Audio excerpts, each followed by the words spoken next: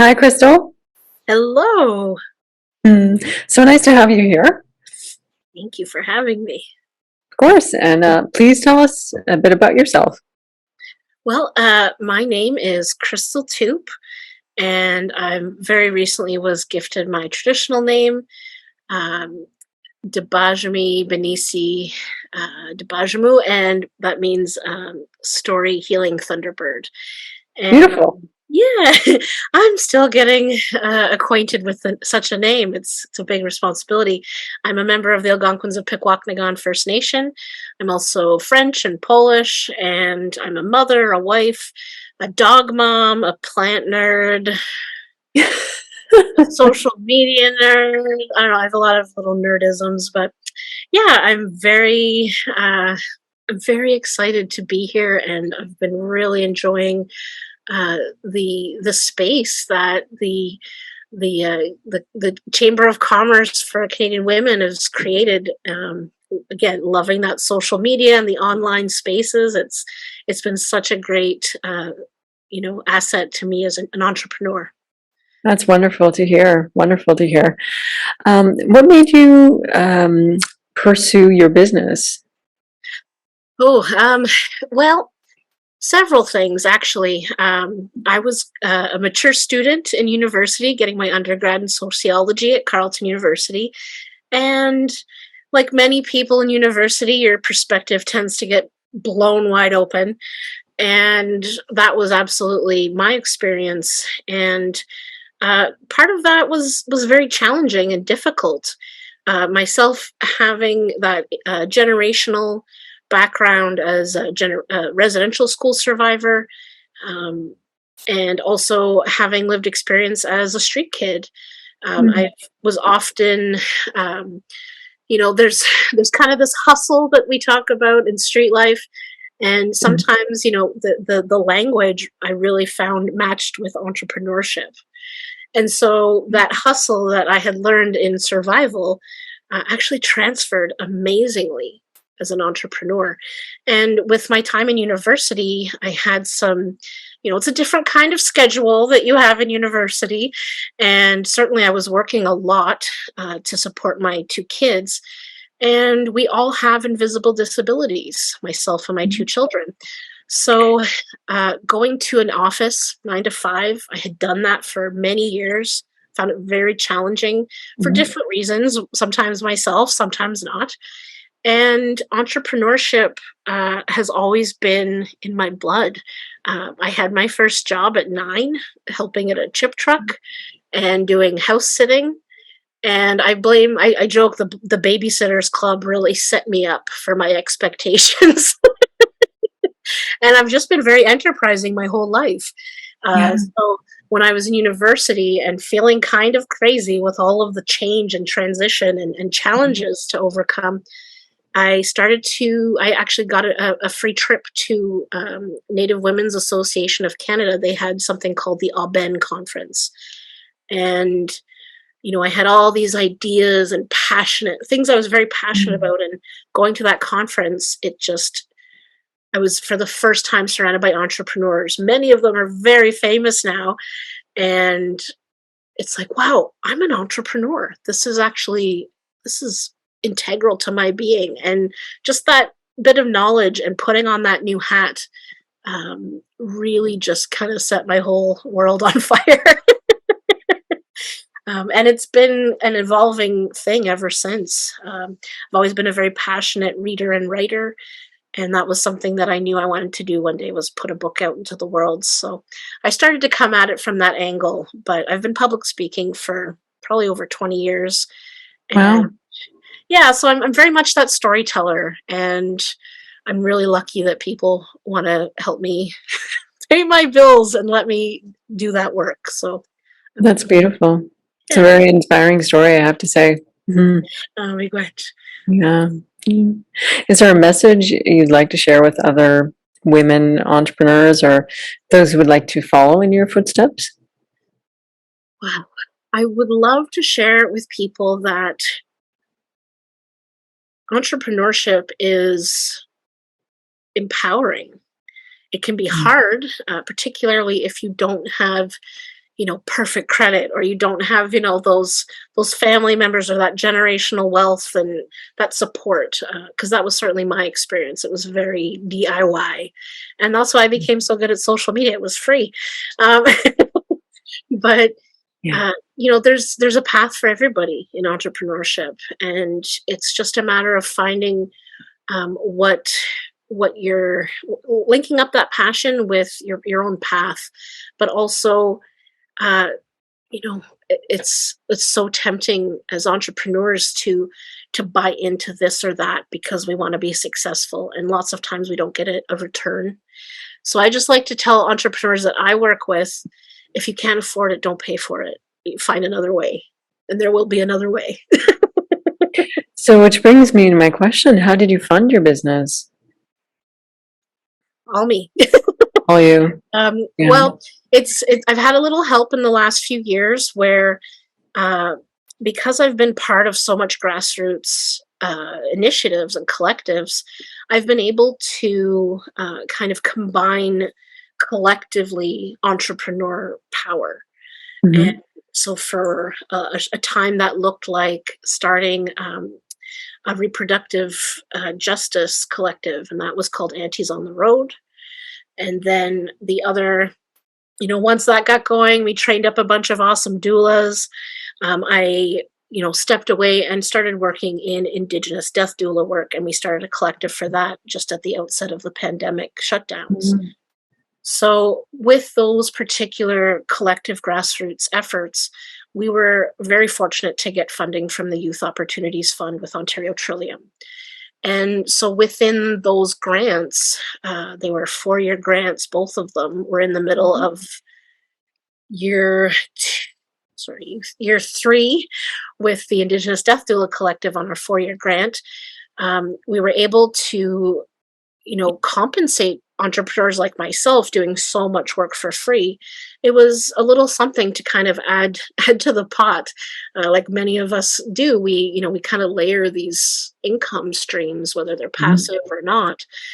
So that became, the administrative coordinator kind of communications work that I did started to really stack up for me. And so that's been nice having, like, okay, I've got this much money coming in until March 2025, and how Mhm. do I layer more? How do I strategize more? Um, and then being able to count on my community for referrals has been incredible. We really need to be reaching out to the people in our lives, in our orbit, letting them know what you're doing, letting them know how you're doing your work, and through those discussions, through raising awareness, you get a lot of invitations, and so that's what I've been really fortunate to do. I've started working a lot in a consultation capacity with my First Nation, and it just continues to reverberate. So I'm very lucky, very, very lucky. That's wonderful, wonderful. And can you tell us, um, who would you want to reach out to you, and what your, expertise is? Well, I have kind of several different streams that I work in. Mhm. A lot of them are based in that storytelling approach because I've done so much public speaking. I've done a ton of consultation work with different stakeholders, whether it's nonprofits, helping uh, community organizations develop programs that will get buy-in from clients, that will maximize the impact of their funding dollars. That's one area that I offer my support. Another is stakeholders who are interested in continuing the work around diversity, equity, and inclusion and reconciliation. I do a lot of work where I'm talking with groups about reconciliation and Indigenous issues and Indigenous rights. A lot of people, reconciliation has been a buzzword for quite a while, and there's still a lot of work around truth and reconciliation that needs to be done. So that's what I Right. try and do is, offer those moments of truth, and a lot of it comes from my own storytelling and the stories I've gathered over my time. But I've worked with large beauty corporations that are global, and the Ontario Legal Aid Society, and different, all kinds of, there's a huge list. But I'm very fortunate that people are still looking to take on that work. And Mhm. it does get a little tricky when everybody wants you to work on the same days of the year. So I'm always very happy to work on other days and to do that work as well. And then another large piece that I do is around offering education and facilitation to community groups. So all summer, I've been running around for different First Nations and groups, offering in-person educational workshops, in-person aspects of training that I offer around grief, death, dying, loss. Yeah, I do a lot of plant medicine teachings, lots of work around diversion, injustice, and youth at risk. That's kind of been my longest area of specialties. Yeah. How do we avoid those difficult times for our youth? How do we transition out of street life? How do we transition out of situations of risk?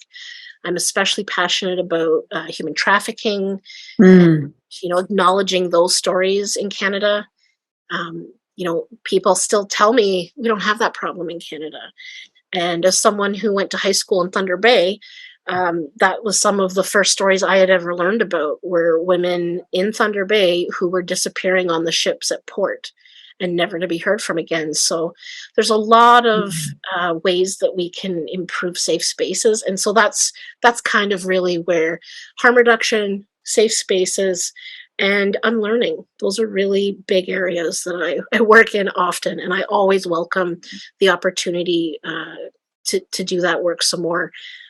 Recently, I was invited to an immigration conference, and I held a talking circle.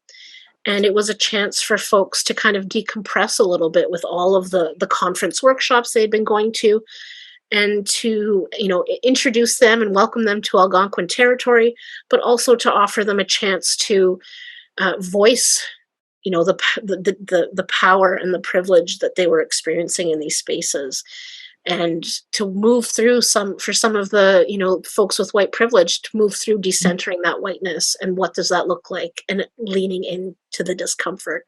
So Yes. it's a lot of work. Yes. Yeah. It's what I say is my niche. I am all about leaning into the awkward and supporting people as they unlearn. So Fantastic. What aspect, or where would you like to see your business grow, in a sense?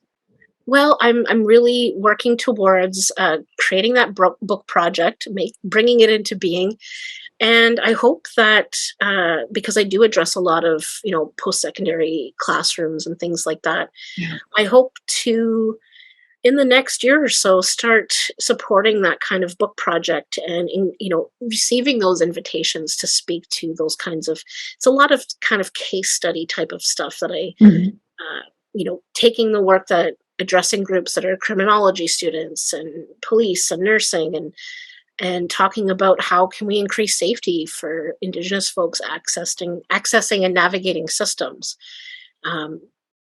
So yeah, what do I want it to look like? I'm not sure. I'm really focusing lately on this grant, particularly for Indigenous, Black people of the global majority who are caregivers.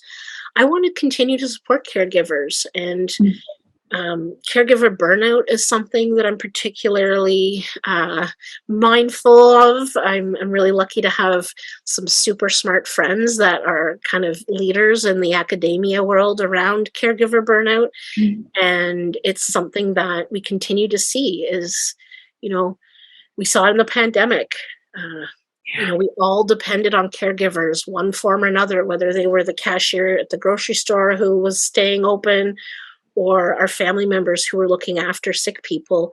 And we need to return. I think that's a big push that we need to do, is return the value of our caregivers in society and hold them up. They're the legs we stand on. I wouldn't be here if it wasn't for someone caring for me out of, in pregnancy and in through infancy, like we're all benefiting from caregiving. So that's something that I'm really, really passionate about. I can see that. Yeah, I can see that. Um, and you said that you've been very much enjoying being part of the chamber. Can you tell me top 3 benefits you've gotten from being a member of the Women's Chamber of Commerce?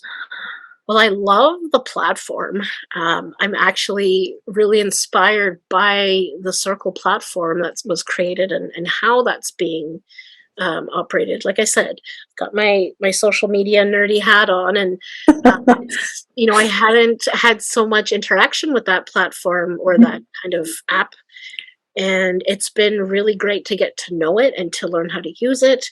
I love that it's something that's separate from social media. It's its own thing. Um, it, just the ecosystem of that community is really fascinating to me as a sociologist. But Mhm. the shares are amazing. There's a board just for funding opportunities. There's one just for people looking for podcast guests.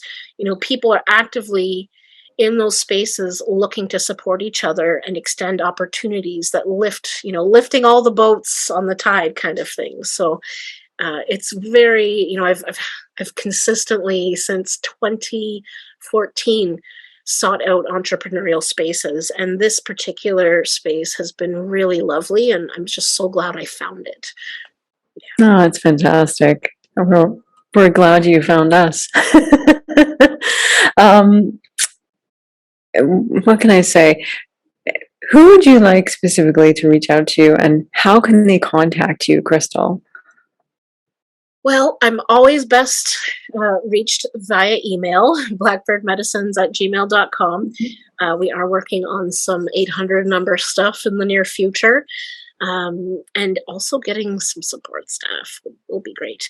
But the folks that I hope to reach out, I mean, I really don't have limitations on who I'd like to work with. I think everyone can benefit from unlearning and doing that truth and reconciliation work and decentering whiteness. It's something that we as a society, like, now is the time. It's better than ever to start doing this work, and Mhm. we have to as a society if we're going to progress like we think we should as human beings on the planet.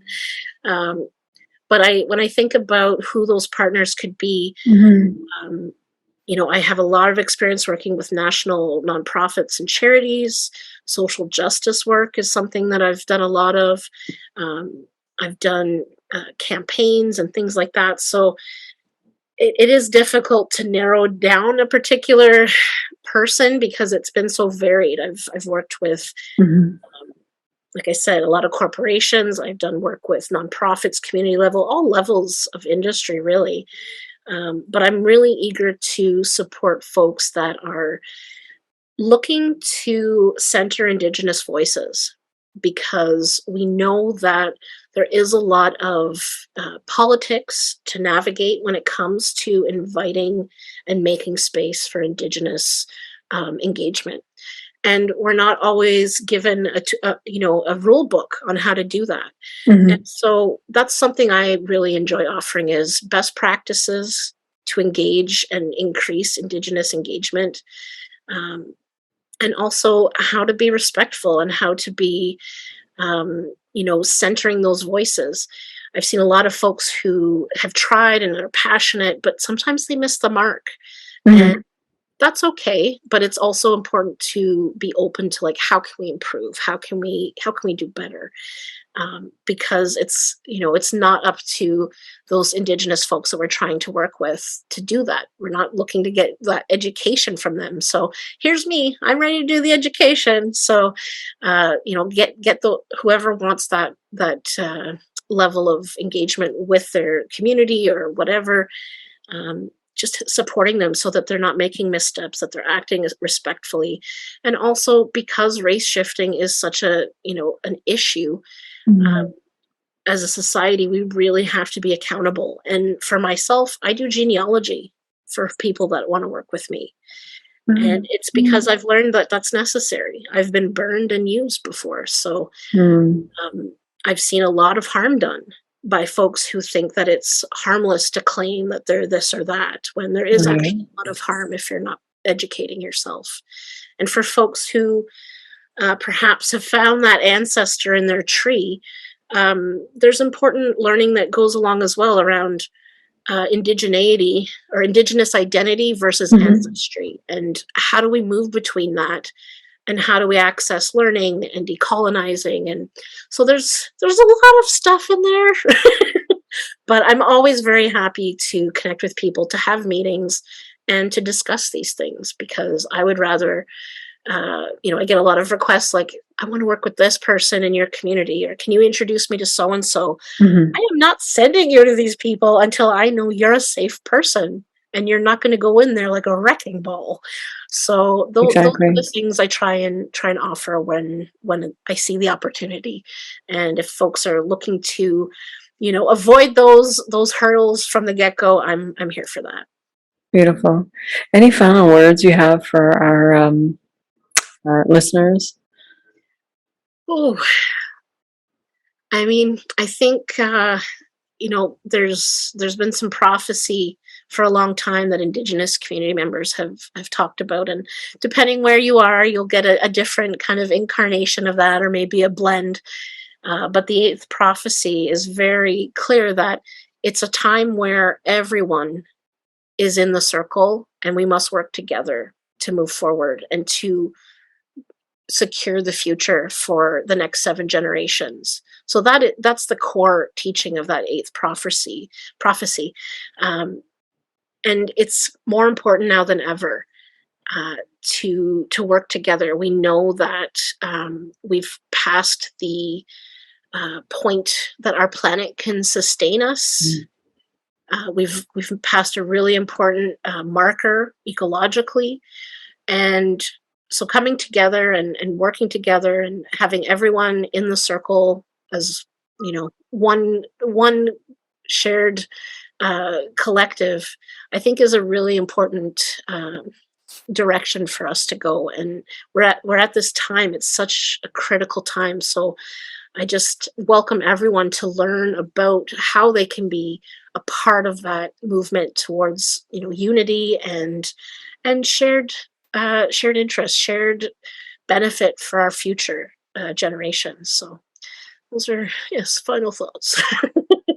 Fantastic. Well, thank you so much for joining us, Chrystal. I'm so happy you could make it this morning. And yes, that's all I have to say. Just thank you so much for joining us. Miigwech.